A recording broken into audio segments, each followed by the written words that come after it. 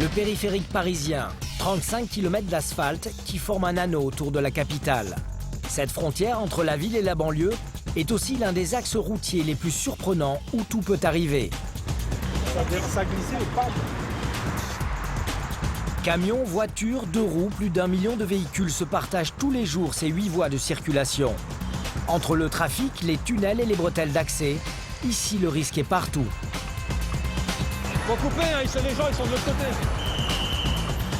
Pour surveiller cet impressionnant boulevard, un puissant réseau de caméras, mais aussi plus de 150 policiers. Et parmi eux, il y a Patricia. Dans son collimateur, les énormes poids lourds venus de France et d'Europe pour livrer Paris. Un dixième de seconde, c'est bon. Je veux dire, votre vie, elle bascule et celle de la victime. Et il a découpé la voiture. Hein.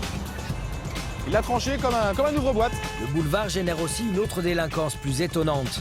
Vous allez voir comment Julien, capitaine de police, tente de combattre la prostitution qui s'est installée pour attirer les automobilistes venus du périphérique. T'as pas baisé?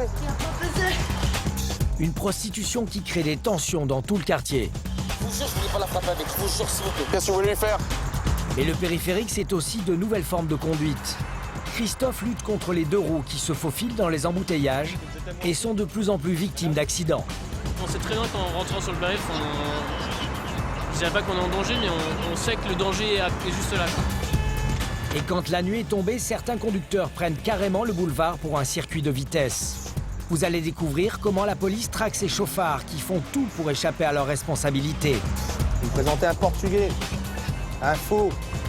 Accidents, délinquance, inconscience des conducteurs. Enquête sur l'axe routier le plus emprunté d'Europe, mais aussi l'un des plus dangereux. Un bon début de journée pour tous les équipages cet après-midi. On commence sur les chapeaux de roue. Toutes les nuits, le périphérique devient un haut lieu du délit routier. Pour lutter contre cette délinquance, il y a des policiers comme François. Et ce spécialiste du boulevard doit avoir l'œil partout. T'es en train de s'endormir au volant? Je l'ai pas regardé. Mais regarde. Ces policiers du périphérique traquent les petites infractions. Ce sont souvent de simples contrôles de routine, mais qui peuvent dégénérer à tout moment. On va prendre l'autre derrière là, qui était vraiment en ligne. Le conducteur de cette camionnette blanche a un portable à l'oreille. Il tente de ralentir pour laisser passer les policiers, mais François n'est pas dupe et il s'adresse à lui par haut-parleur.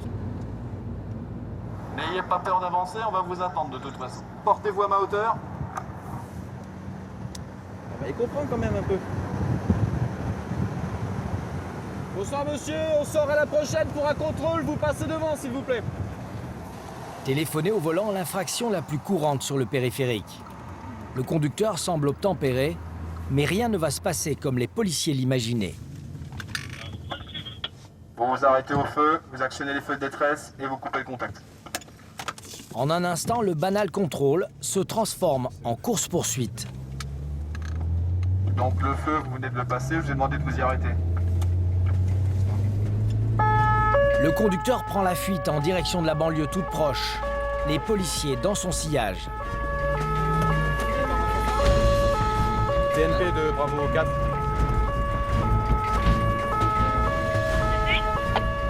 On est face à un refus d'obtempérer.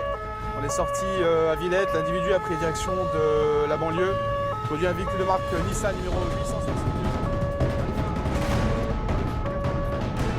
Pour échapper à la police, l'homme n'hésite pas à griller les feux, lancé à plus de 70 km/h dans le centre-ville. Passe à gauche. C'est bon, ça va. C'est bon. À cette vitesse, un accident grave peut arriver à tout moment. Attention. Droite. Les policiers doivent ralentir, le fuyard en profite pour augmenter son avance. Droite. Ici. Il est tout droit. Le chauffard est toujours devant, mais il n'a pas réussi à semer la voiture de François. Alors le policier tente une nouvelle fois de le raisonner. Bon, arrêtez-vous, soyez sérieux, arrêtez-vous. Arrêtez votre moteur. Coupez. Arrêtez-vous, halte, la voiture noire, arrêtez-vous. Dans sa course effrénée, le chauffard manque de peu l'accident avec d'autres voitures. Bon allez, le Nissan, arrêtez-vous, halte, police, halte. Faites pas n'importe quoi? Soyez pas idiots, arrêtez-vous! Malgré les injonctions de François, la course-poursuite dure depuis 10 minutes. Mais à l'angle de cette rue, la camionnette est obligée de s'arrêter, bloquée par la circulation. Allez, arrêtez, soyez pas idiots, prenez pas de risque, aggravez pas votre cas. Coupez le moteur! Halte! Les policiers vont interpeller le conducteur, mais vu son comportement, la situation peut être dangereuse. Ils encerclent le véhicule pendant que François maîtrise le fuyard. Qu'est-ce qui t'est passé par la tête? Qu'est-ce qui t'est passé par la tête? Je travaille. Mais je veux bien savoir que tu travailles. Mais tu te rends compte de ce que t'as fait là? Allez, descends le menottes, le plus vite. Allez, on descend. Descends. Descends, obéis. Ça suffit tes conneries. L'homme est menotté. Âgé d'une cinquantaine d'années, il n'a pas vraiment l'air d'un voyou. J'ai des problèmes, je travaille. Vous avez le permis? Non, j'ai pas de permis, c'est pour ça. Allez. On va s'en occuper. Allez, tout le monde en voiture, on part. Si François ne prend pas le temps d'en savoir plus, c'est qu'en quelques secondes, des badauds se regroupent autour des policiers. Pour éviter que la situation ne dégénère, François quitte les lieux au volant de la camionnette du fuyard. TNP de Bravo 4. Bon, annulez le soutien, hein. On a quitté les lieux avec le véhicule et l'interpellé. On avait un regroupement d'une centaine de jeunes, on est en porte de la Pantin. Hein. Mais avant de rejoindre le commissariat, le policier décide de s'arrêter dans un endroit plus calme pour enfin savoir à qui il a affaire. Vous vous rendez compte que dans votre manœuvre, il y avait des piétons, il y avait des cyclistes? Non mais ça ressemble à quoi ça? Vous vous arrêtez, vous n'avez pas le permis de conduire. Mais là, attendez, vous savez ce qui va se passer là? Vous avez un refus d'obtempérer, vous avez une mise en danger délibérée de la vie d'autrui. Essayez de me faire le mieux possible parce que vraiment... Qu'est-ce que vous voulez que je vous fasse de mieux? Je sais pas. Je vous ai dit combien de fois de vous arrêter? Je sais. Vous avez une pièce d'identité, monsieur? En se penchant sur lui, François décèle une forte odeur d'alcool. Vous avez consommé de l'alcool, monsieur? Vous avez bu. Essayez de me faire un peu le mieux possible parce que je veux pas aller en prison. Attention votre genou. Bien joué toi. L'homme est alcoolisé, François veut vérifier qu'il n'a pas plus grave à se reprocher. À la radio, il apprend qu'il s'agit d'un récidiviste sans permis, déjà condamné pour une affaire d'alcool. Voilà pourquoi il a pris ces risques insensés.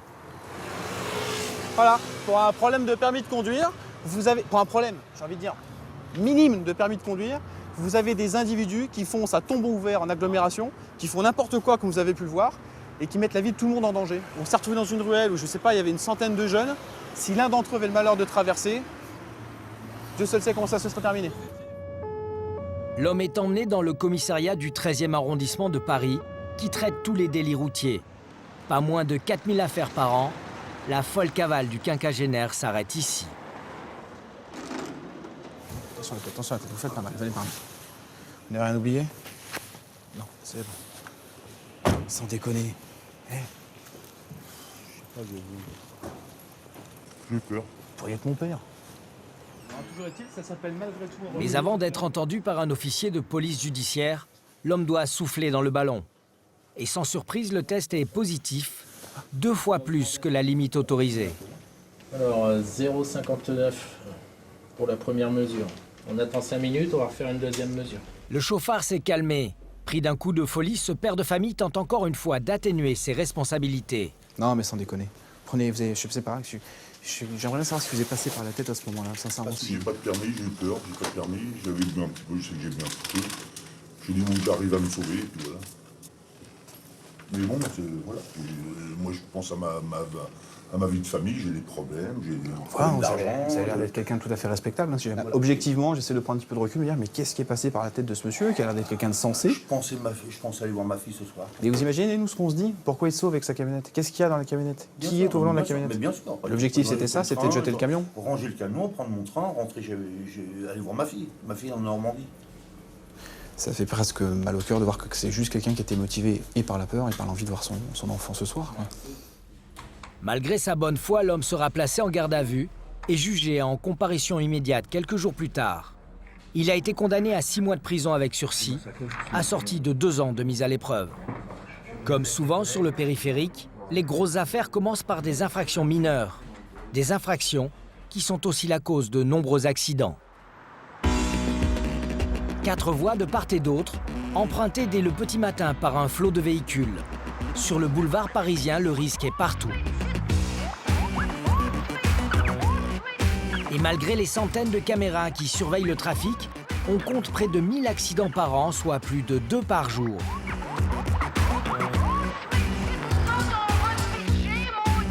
Il est 14 h, Christophe et ses collègues de la compagnie du périphérique de la préfecture de Paris partent en patrouille. Un carambolage vient de se produire.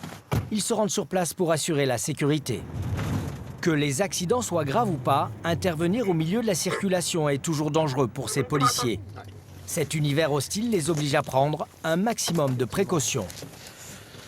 On va voir ça. Je pense que ça va pas pour longtemps. La priorité pour Christophe, c'est de permettre aux dépanneurs de travailler sans risque. Alors il ne le lâche pas d'une semelle, prêt à écarter les voitures qui continuent de rouler autour d'eux. On va rester derrière vous. Apparemment, ces personnes ont eu un accrochage. Donc le dépanneur agréé avait été appelé certainement par notre salle de commandement. Elle va prendre en charge les véhicules qui sont endommagés tous les deux. Elle va dégager le périphérique. C'est maintenant que commence pour les policiers l'opération la plus délicate. Attention à vous. Et on repart. Attention. Pour permettre à la dépanneuse de quitter les lieux, ils doivent bloquer la circulation. Vous sortez à à Chapelle? Vous sortez? Ok. Les policiers seront les derniers à quitter les lieux. Pour se protéger du trafic, Christophe n'a que son gilet jaune. Et on retourne au volant. Et il y a une règle à laquelle aucun policier ne déroge, ne jamais tourner le dos aux voitures. Bon. La plupart des accidents arrivent quand le périphérique est encombré. Alors Christophe doit veiller à ce que la circulation soit la plus fluide possible et le comportement de certains automobilistes ne l'y aide pas. Ce panneau a été utilisé par un conducteur en panne qui changeait sa roue crevée et il l'a laissé sur place. Ouais, c'est bon. Ça, c'était la première fois que je le voyais. Un acte d'incivilité. Mais d'autres conducteurs, eux, prennent des risques inconsidérés. Messieurs, bonjour. Alors un constat pour information, si les véhicules sont roulants, ça se fait surtout pas sur le périphérique. Parce que vous voyez, il n'y a pas de bande d'arrêt d'urgence. Donc vous allez reprendre le véhicule, vous allez sortir à Quai d'Ivry. D'accord, vous mettrez dans la rue sur la droite, au bord à droite, et vous finirez là-bas. Vous avez l'impression que les gens n'ont pas conscience de la dangerosité du périphérique? Non, pas du tout. Ils s'arrêtent là pour faire les constats. Pour eux, c'est tout à fait normal.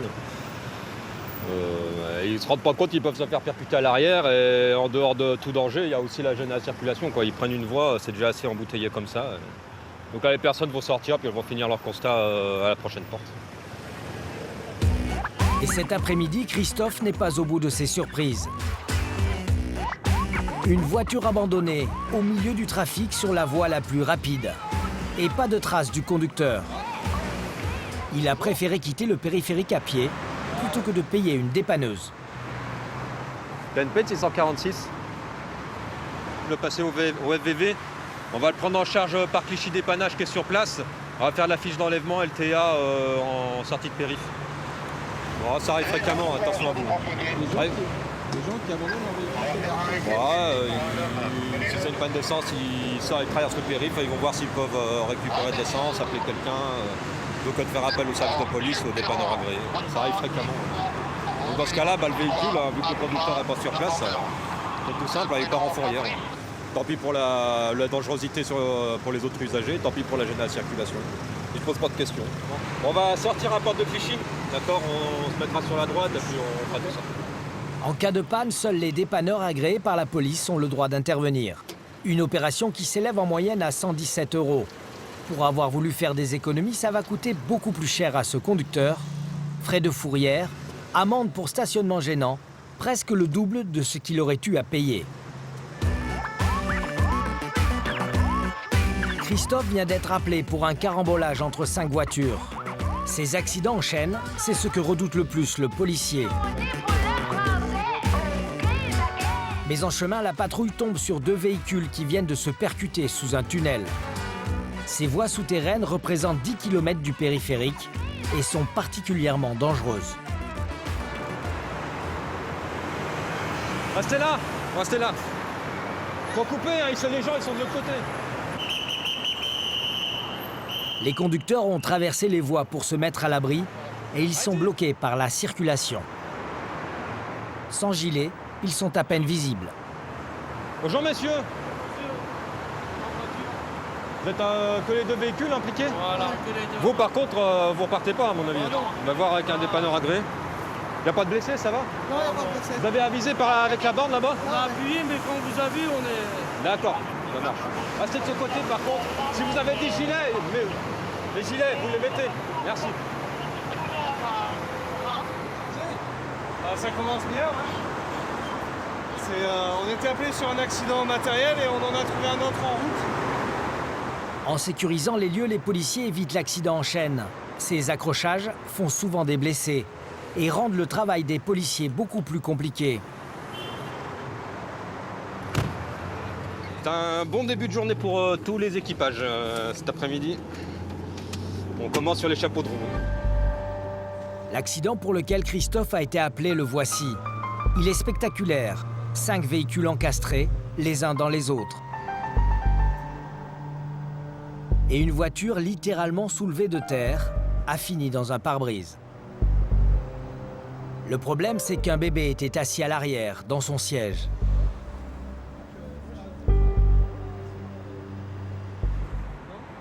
Miraculeusement, les conducteurs semblent hors de danger. C'est le bébé qui a eu moins de chance. Victime du choc, il est ausculté dans le camion des sapeurs-pompiers. Pour Christophe, ce blessé change tout. Policier de la circulation, il se transforme en enquêteur, chargé de trouver le responsable de l'accident. Pour l'instant, la situation, elle s'annonce comment? C'est une bonne question. Pour l'instant, j'attends de voir que les pompiers examinent le bébé. Déjà pour voir si c'est corporel ou matériel, parce que ça peut être la même procédure. Hein. Si c'est un accident corporel, donc c'est nous qui faisons le rapport accident. Si c'est matériel, qu'il n'y a pas de délit, qu'il n'y a pas d'autres éléments extérieurs, ça va être un constat amiable entre les parties en cause. Je suis suspendu en fait au résultat de l'examen du bébé. On va voir s'il est déclaré blessé, s'il est transporté à l'hôpital ou pas. Un bébé toujours entre les mains des pompiers. Mais il est 18h et avec la sortie des bureaux, le trafic gonfle dangereusement. Pour ne pas bloquer le périphérique, Christophe débute son enquête sans attendre. La voiture derrière s'arrêtait aussi à ça et puis après ça... Ça a cartonné. Donc du coup il a freiné, j'ai freiné également. Mais par contre les voitures de derrière n'ont pas pu suivre le niveau de freinage. Donc voilà, ça a fini par taper. Et puis c'est pour ça que les voitures se sont empilées. C'est impressionnant, voilà. Ça fait peur. On se sent comment dans ces moments-là? On se dit que ça nous arrivera jamais, ce genre de choses, mais au final ça peut arriver à tout le monde, quoi. Ça a glissé et bam. L'accident ne semble pas dû à la vitesse. L'automobiliste de tête aurait freiné à cause d'un ralentissement. Les autres n'auraient pu éviter la collision. Les circonstances paraissent claires et les responsabilités sont partagées. Mais Christophe doit s'assurer d'un détail important qui peut tout changer. Tu prends kit stup et dépistage, alco. Là, vous devez faire un dépistage pour tout le monde. Hein. Surtout les conducteurs, un dépistage alcoolémie dans un premier temps. Et quand mes collègues en renfort sont là, je ferai le dépistage de stupéfiants parce que ça prend un peu de temps. Donc, dans un premier temps, voir l'équipe de conducteurs. S'il vous plaît, non, là, la bande bleue en fait. Vous sentez la bande bleue, ça va vous faire saliver. Si un des conducteurs est sous l'emprise de l'alcool ou de la drogue, il sera déclaré responsable. Ce qui lui coûtera cher si l'enfant, toujours en observation chez les pompiers, garde des séquelles de l'accident. Sinon, les dépistages négatifs. Une heure plus tard, les tests ont mis tous les conducteurs hors de cause. C'est maintenant aux assurances de régler les dégâts matériels. Bon, reste là, au niveau de la chaussée. Malgré le côté spectaculaire de la collision, même le bébé est sorti indemne de l'histoire.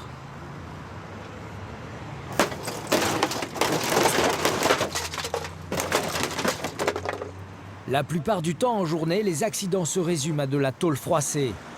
Mais il aura fallu tout de même 3 heures à Christophe et à son équipe pour rendre le périphérique à la circulation.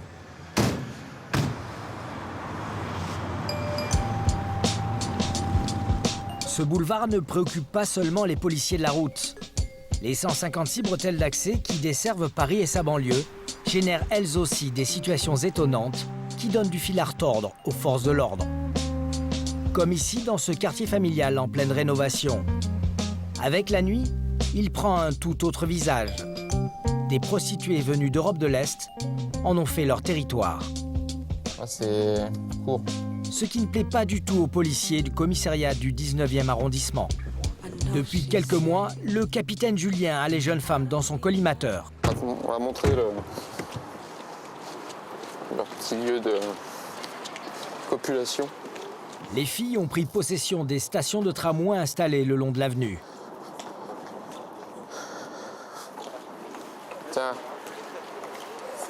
Y a pas baisé, T'as quoi? T'as pas baisé? C'est là qu'elles exercent leur commerce et visiblement même la présence de Julien ne les impressionne pas. Y a pas baisé. T'as pas baisé? Y a pas baisé, toujours, y a pas baisé. Et c'est quoi là par terre là? C'est quoi? C'est pourquoi ici baisé, copine? Ah, il y a des copines qui baisent? Oui. Parce qu'ils regardent parce que ça fait de la saleté, tu vois. Ah oui, c'est beaucoup de copines ici baisé, moi y a pas baisé. Bah là, c'est le lieu de travail. Là, c'est vraiment une clientèle bien particulière. Car ces clients empruntent un circuit bien rodé. Le périphérique leur permet d'accéder facilement au quartier des prostituées et de repartir aussi rapidement qu'ils sont venus. Une situation qui rend les contrôles particulièrement compliqués pour Julien. Toutes ces voitures qui passent là, elles passent par périphérique, elles font le tour des portes, elles viennent voir les filles, c'est un petit peu l'amusement, quoi. Un amusement dont se plaignent les riverains. La présence des jeunes roumaines augmente l'insécurité du quartier et perturbe la circulation. Ça crée des embouteillages parce que les mecs ils viennent reluquer les filles, ça discute, ça parle tarif. Parlez français, moi. Ouais. Mais la prostitution n'est pas interdite en France. Si Julien veut déloger les prostituées, il faut les prendre en flagrant délit de racolage. Seulement, elles ont trouvé la parade pour contourner la loi. Et on va voir la différence de vêtements, tu vois, elles ont leur sac, regarde. Tu vois, regarde. Hop, je sais pas si tu vas voir. Elles se changent. Ouais, elles se changent parce qu'elles savent qu'il ne faut pas s'exhiber et qu'il ne faut pas montrer les parties de son corps comme ça sur la chaussée. Tu vois. Sinon, c'est commissariat. Bah ouais. Faute de pouvoir les embarquer au poste, Julien doit se contenter d'une leçon de morale. C'est bien, faut ranger le matériel. Hein. Il y a des gens qui vivent là quand même, les filles. Hein. Faut pas rester là pour bosser. Il y a des gens qui vivent ici avec les gamins, je vous l'ai déjà dit. Hein, vous restez pas sur le boulevard là. Hein. Allez, circulez de là. Hein. Voilà, on a créé un embouteillage. Mais ce soir, il a décidé de ne pas se contenter de ce simple rappel à l'ordre.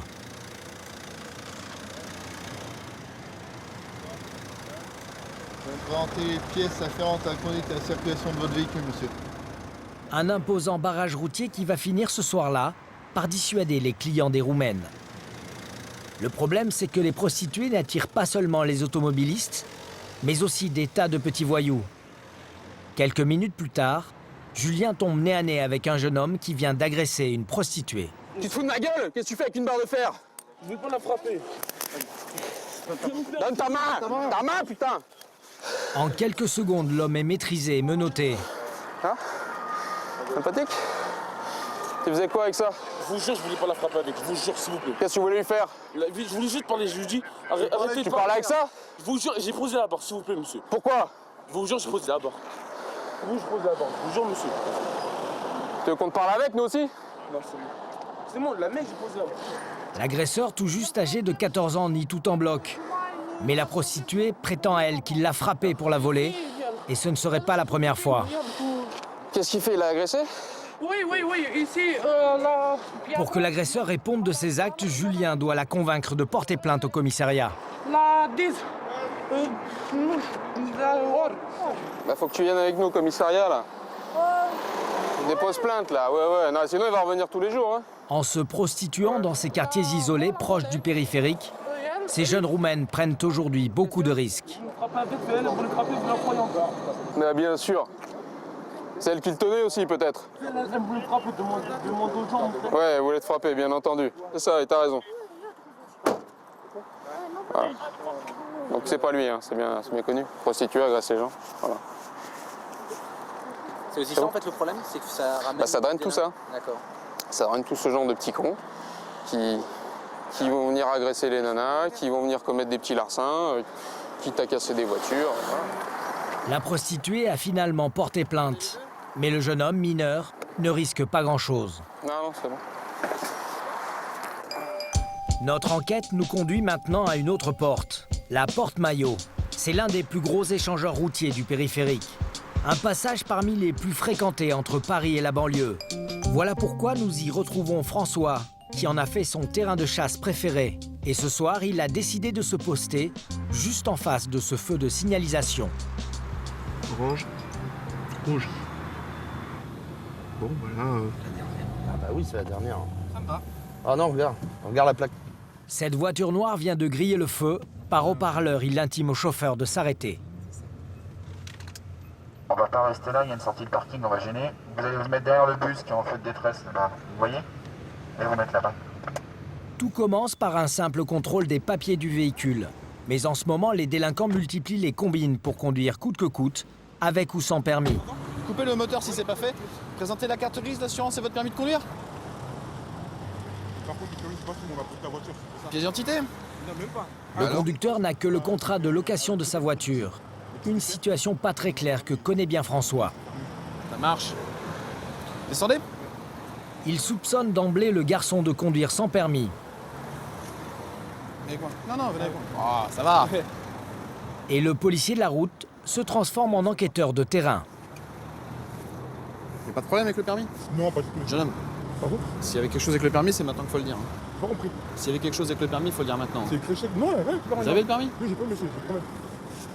Votre adresse?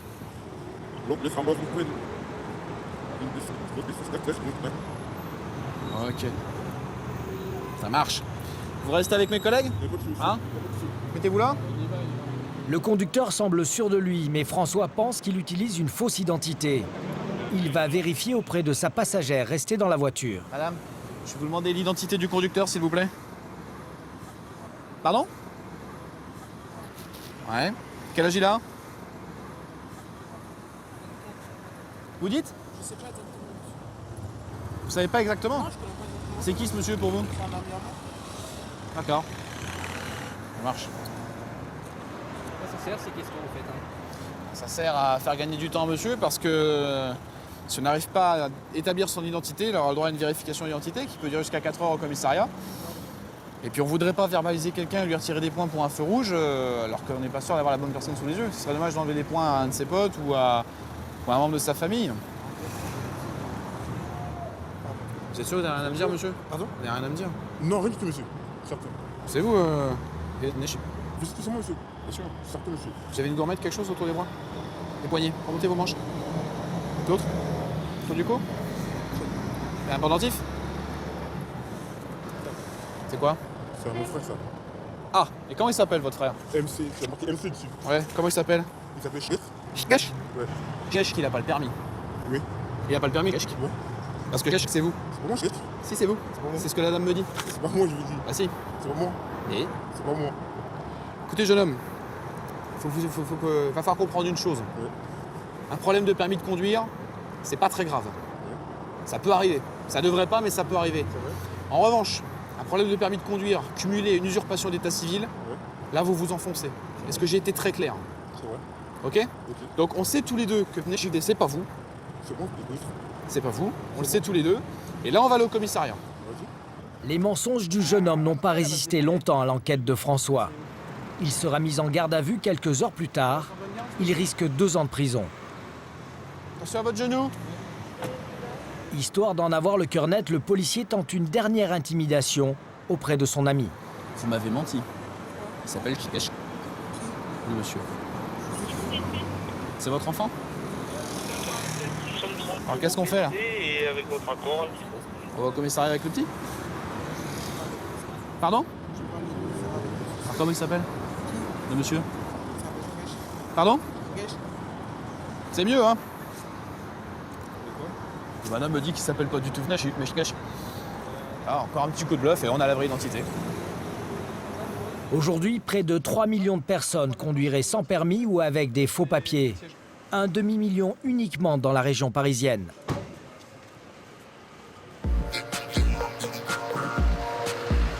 Et les faux permis, c'est le domaine de prédilection de Guillaume, lui aussi policier à la compagnie du périphérique. On va la mettre... On va la mettre là-bas, ouais. Ce soir, il participe à un contrôle de vitesse. Flashé à 117 km/h, le conducteur de cette voiture risque un retrait de 3 points et 90 € d'amende. Tu vas avec lui au véhicule? Il aurait pu en rester là, mais Guillaume flaire immédiatement le mauvais coup. Il présente un permis portugais, avec un petit peu d'expérience, j'oserais dire. Celui-ci est carrément faux. Il faut dire que le document est assez grossier. Ouais, bien sûr. Alors, ça c'est un permis portugais. Ce qu'il y a, c'est que le permis est complètement lisse. En sachant que sur les permis portugais, quand vous passez votre doigt, normalement le doigt remue. Et vous le ressentez. Et là, il a rien du tout. Et ce n'est pas le seul détail qui cloche. La touche doit être en noir et blanc. Celle-ci est en couleur. Donc là, il n'y a pas de doute. Pour moi, il n'y a pas de doute. Et apparemment, d'après ma collègue à la radio, ce monsieur aurait un permis français également. Monsieur, vous avez un permis français? Ah oui. Et un permis portugais? Ouais, c'est interdit. Non, mais je l'ai pas, tout le parle français. Le jeune homme a tenté d'abuser les policiers. Son faux permis lui sert à éviter de perdre des points. Et cela fait de lui un délinquant. J'ai mon permis ou pas? Mais moi, je m'en fiche que vous ayez le permis français. Vous me présentez un portugais, un faux. Et vous roulez avec 2 permis. Maintenant, votre permis français, je m'en balance maintenant. Maintenant, ça va se régler devant l'officier, je pense. C'est tout. OK? Vous allez venir avec nous, monsieur?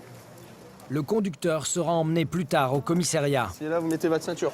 Ma collègue va rester avec vous un instant. Si ce genre de délit se multiplie, c'est qu'il n'a jamais été aussi facile de se procurer un faux permis étranger. Comme le jeune homme, près de 300 000 personnes en seraient dotées en France. Ça s'achète.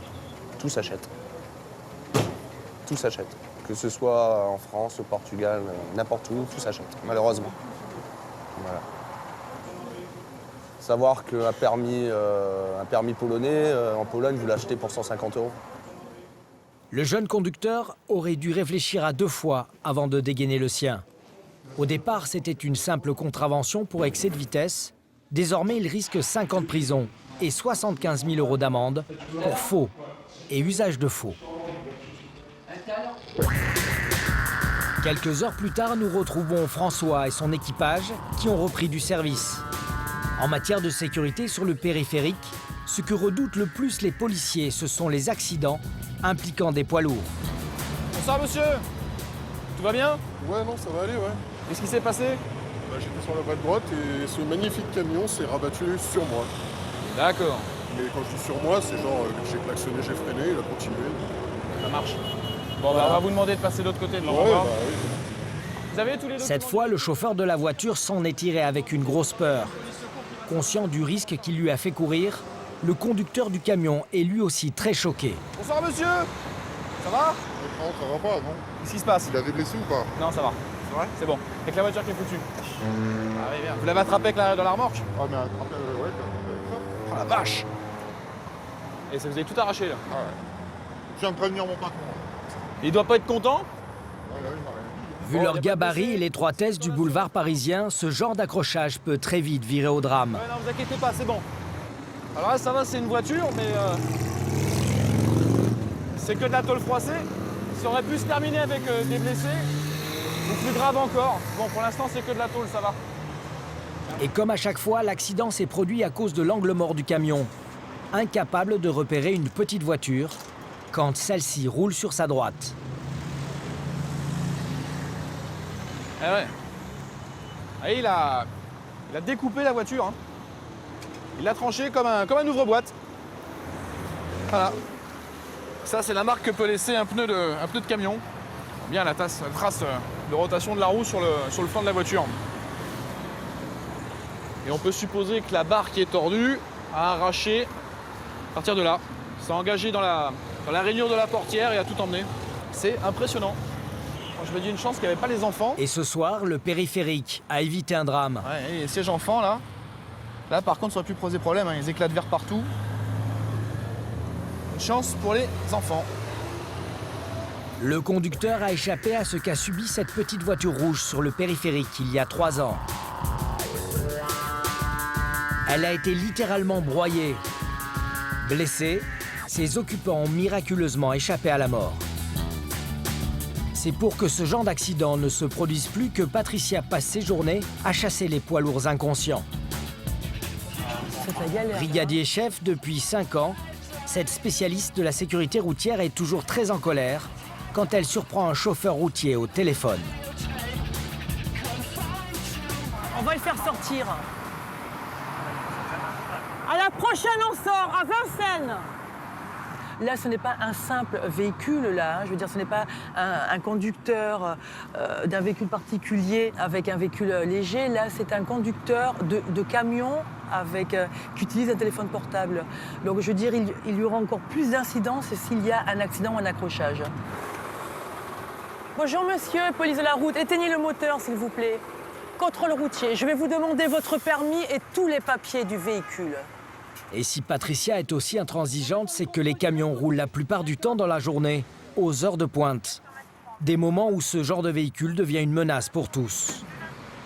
Donc là, monsieur, vous savez pourquoi je vous ai intercepté? Ouais, je sais, mon fils il est malade. Vous savez que vous n'avez pas le droit, surtout avec votre gabarit, vous le savez quand même. Vous le savez que le 2 roues, il ne fait pas attention à votre gabarit et à votre porte-à-faux. Ça, vous le savez. Donc, si en plus, vous l'avez appris ça, si en plus vous êtes au téléphone, vous le savez, 1/10 de seconde, c'est bon. Je veux dire, votre vie, elle bascule et celle de la victime. Cette fois, la jeune femme va faire une fleur au camionneur. Il évite une amende de 135 € et le retrait de 3 points sur son permis. Une indulgence dont elle fait rarement preuve. Quelques instants plus tard, c'est un autre danger en puissance qui attire son attention. Expliquez-moi.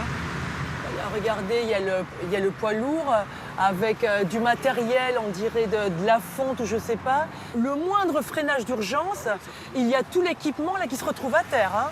Et le véhicule qui est derrière, malheureusement, il ne peut pas en réchapper. Hein. Ouais, on va aller le voir quand même. Hein. Non, il n'est pas arrêté. Bon, on va l'arrêter.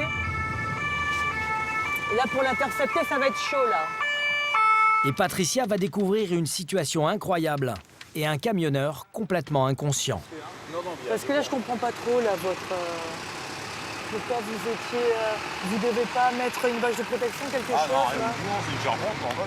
Ah, charpente normale. Et donc, vous roulez comme ça sur le périph', s'il y a un freinage intempestif Doucement, on adapte. Ah, voilà, vous adaptez, mais c'est normal de rouler comme ça. Oui, on s'en passerait, mais... Vous vous en passeriez, mais donc vous le faites. Il y a des plateaux de sensibles. Ah, normalement, il y a des plateaux prévus, mais il n'y en a plus. Ah non, mais on est bien d'accord. Regardez, ce sont des charpentes métalliques attachées uniquement avec du cordage. Une simple corde pour retenir 15 tonnes d'acier. Mais le conducteur n'a pas l'air de saisir la gravité de la situation. Mais imaginez-vous un freinage d'urgence, ça se passe comment? Hein, ça se passe comment? Ah, on freine pas, d'accord. On est toujours anticipé. Oui, non, mais oui, d'accord. C'est pas toujours facile, mais... On est bien d'accord, donc on freine pas. Oui, bah oui, c'est soit il y a le chargement qui tombe derrière sur le véhicule, soit on freine pas et on se prend un piéton. Bon. Malgré le danger qu'il représente, il en sera quitte pour une légère amende. 45 € pour défaut d'équipement, à cause de l'absence d'une bâche protectrice sur ses poutres. Mais ces comportements dangereux ne sont pas réservés aux seuls camions.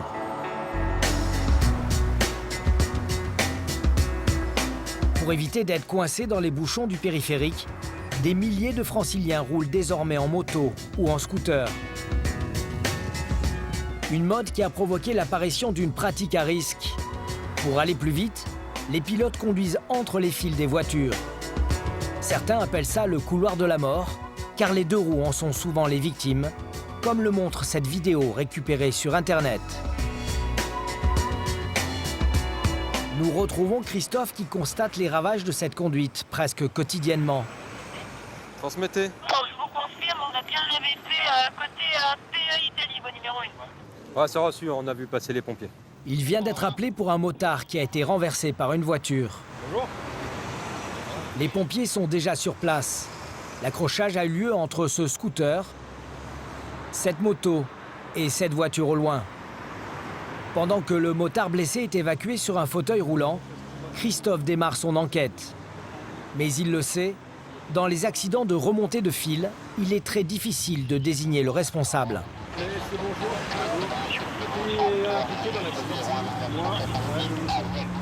À la gauche de Christophe, le conducteur de la voiture qui a renversé la moto. À sa droite, le pilote du scooter qui suivait et qui a tout vu. Vous êtes blessé, non? D'accord. L'automobiliste reconnaît sans difficulté que c'est lui qui a percuté le motard. J'ai pas vu le motard arriver derrière. Et au dernier moment, je l'ai vu arriver dans mon rétroviseur et il a essayé de m'esquiver, il est tombé. Mais selon lui, il n'est pas responsable. Le fautif serait le motard qui roulait sur la ligne discontinue dans le fameux couloir de la mort. Deux roues, il circulait où exactement? Au niveau de la ligne blanche, il passe entre les voitures. Parce que moi, c'est vraiment quand j'ai déboîté à gauche que je l'ai vu dans mon... T'as mis votre clignotant? Ouais. Bah, on va voir ça. Si le motard remontait bien la file, alors il est effectivement le seul en tort. Car c'est une pratique illégale. C'est maintenant ce que Christophe va tenter de déterminer. Alors, j'ai le permis? Oui, vous inquiétez pas. La position exacte du véhicule quand vous avez eu le choc avec... Jambe cassée, la victime peut néanmoins parler. Et elle va défendre sa propre version des faits. Pour monter les fils, quoi. Non, il n'y avait pas de voiture à côté de moi, hein, à ce moment-là. Lisez bien. Christophe n'est pas plus avancé. À ce stade de son enquête, c'est parole contre parole. S'il veut connaître la vérité, le policier doit maintenant interroger le conducteur de l'autre deux roues. Il a assisté à l'accident et pour lui, il n'y a qu'un seul responsable. C'est clairement le véhicule, l'automobiliste qui s'est rabattu sans faire attention à son angle mort et sans indiquer qu'il tournait avec son clignotant. Votre moto, ça vous voyez tous les jours? Les voitures qui se rabattent comme ça, c'est tous les jours, c'est quotidien. On sait très bien qu'en rentrant sur le périph', je dirais pas qu'on est en danger, mais on sait que le danger est juste là, quoi, juste à côté de nous. Mais pour Christophe, ce sont les remontées de fil qui représentent un vrai problème. Car si le code de la route les condamne, elles sont aujourd'hui rarement sanctionnées. Il y a un changement de voie d'un côté du véhicule sans précaution, il le reconnaît. Donc il n'a pas vu la moto quand il est passé en voie 1. D'un autre côté, on a les deux roues qui, comme d'habitude, sur le périphérique, remontent les fils de circulation sans jamais réintégrer leur voie. Pour diminuer le nombre d'accidents de deux roues, la police voudrait désormais les obliger à rester derrière les voitures. Une solution que les motards refusent catégoriquement et ils entendent bien le faire savoir.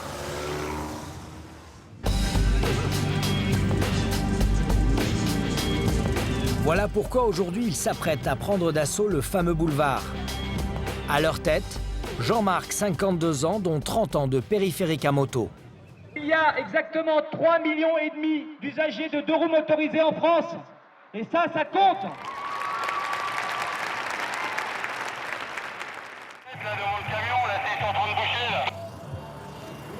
En quelques minutes, c'est une marée de 10 000 motards qui inondent le périphérique. Pour eux, comme pour Jean-Marc, interdire aux deux roues de remonter les fils comporterait plus d'inconvénients que d'avantages. Imaginez que si tous les motards, tous les motards de Paris, tous les deux roues motorisés de Paris roulaient dans la file, vous imaginez le nombre, vous regardez le cortège qui est là. Voilà, si tout ça, ça se met à rouler derrière les voitures, vous imaginez les encombrements, il y aurait 3, 4, 5, 10 fois plus de bouchons. Donc nous, quelque part, on contribue à fluidifier le trafic en circulant entre les fils. Donc, les gens qui n'ont pas compris ça, ce sont des imbéciles. Le bras de fer entre les motards et la brigade du périphérique ne fait donc que commencer. Car l'objectif de la police aujourd'hui, c'est de faire des 35 km de ce boulevard l'axe le plus sûr de la capitale. Quand les automobilistes du jour délaissent le bitume à ceux du soir, le périphérique parisien change de visage. Toutes les nuits, il devient une piste de course pour certains chauffards en mal de sensations fortes. Ok, vous êtes prêts? Dès que vous êtes prêts. Voilà pourquoi Bertrand, le major à la compagnie du périphérique, a décidé d'organiser des contrôles géants et de mettre fin à ces grandes vitesses criminelles. Ok, c'est reçu. Hein. Donc dès que les TM sont en place, début de l'opération. Vous êtes bien, il fait agréable, hein, on est à l'abri. Tout pour faire une belle soirée. On va faire une belle soirée ou une belle matinée. Hein.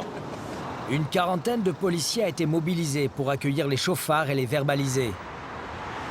À 1 kilomètre de là, sur un pont surplombant le périphérique, 2 hommes cachés dans une camionnette banalisée effectuent les contrôles, radar à la main. Et cette nuit, ils ne vont pas chômer. 133. Tu arrives à une au fond là? Ouais, celui-là là. Nous avons une Golf noire, Golf phase 5, 133 voie 1. Le boulevard a beau être limité à 80 km/h, les automobilistes se croient sur une autoroute. Mais dès que les fous de vitesse sont repérés, des motards cachés sur la bretelle du périphérique les prennent en chasse. Une fois interceptés, les chauffards rejoignent Bertrand et son comité d'accueil. Allez, vous le prenez, vous le garez bien. Et lui là-bas, il se gare bien. Un dispositif très efficace. Là, on est en place depuis 5-6 minutes, quoi, hein, réellement, quoi. Hein. Vous voyez Monsieur. Ce motard vient lui aussi de tomber dans les filets de Bertrand. 127. 127, c'est près de 50 km/h de plus que la limite. Mais si les policiers parviennent à arrêter les bolides, vous allez voir qu'ils ont plus de difficultés à déjouer les ruses des chauffards pour éviter la suspension du permis. Donc en fait, vous avez été pris, monsieur, sur le périphérique à 127 km/h. Je veux bien voir honnêtement, je veux bien voir la photo parce que... C'est pas une photo, hein, c'est un radar, c'est des collègues qui sont jumelles. Et ils m'ont reconnu moi, il y a une photo qui prouve que c'est moi. Bah, c'est pas une question de photo. Donc je vous explique 127 km/h, c'est une rétention du permis de conduire sur place. Je sais bien. Comme je roule jamais à 127 km/h, je suis un peu surpris que ce soit moi. L'homme n'échappera pas à la suspension immédiate de son permis. Sa moto sera immobilisée. Il va devoir rentrer chez lui à pied. C'est classique, hein, il y en a beaucoup qui nient en fait être à une vitesse excessive. Après, ils essayent de faire le maximum pour pas qu'on leur retire le permis. C'est une stratégie payante? Non, parce que de toute façon, le permis est retiré, il n'y a pas d'erreur. Le piège à chauffard est rodé. Et bien que les policiers aient fixé la limite à 30 km/h au-dessus de la vitesse autorisée, la zone de contrôle se transforme rapidement en parking. Ah oui, on fait un petit parking, ouais. Il va se remplir dans la soirée. Là, aujourd'hui, on cible vraiment en fait, les gens qui roulent à de très grosses vitesses, en fait. Hein. Il est près d'1h du matin, l'heure de fermeture des bars et des restaurants. Les policiers vont avoir affaire à des chauffards qui vont cumuler les délits. 043, monsieur. Je vais partir avec monsieur au poste.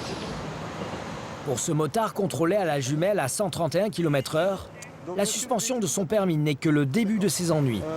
Bon, alors, mauvaise nouvelle pour vous? Ouais, je sais, il m'a dit 130. 131, 80. Ouais, c'est fait. Il faut savoir que le permis, je vais le garder. Ouais. C'est une rétention judiciaire. Vous me suivez? Comme les autres conducteurs à cette heure, les policiers le font souffler dans le ballon. Allez-y, souffle-le et continue. Comme un ballon, encore, allez-y. Ah, c'est bon. Regardez, monsieur. Ça veut dire quoi? Positif. Voilà. B de positif. Donc Donc on va Donc vous là, faire on va passer passer à la machine. les kilomètres. On va savoir si c'est Qu'est-ce que contravention vous avez vu, là délictuelle. je suis dans la merde. Saqué. Sortez table là? Comment? Oui. Sortez table.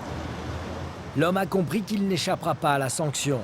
Alors il va tenter une ultime astuce, faire semblant de souffler pour fausser les résultats. Ce qu'il ne sait pas, c'est que sa stratégie peut lui coûter très cher. Pas souffler, monsieur. Alors, je vous explique ce qui se passe. Non, mais soit vous faites bien les choses, calmement, sinon c'est simple, vous passez la nuit en garde à vue.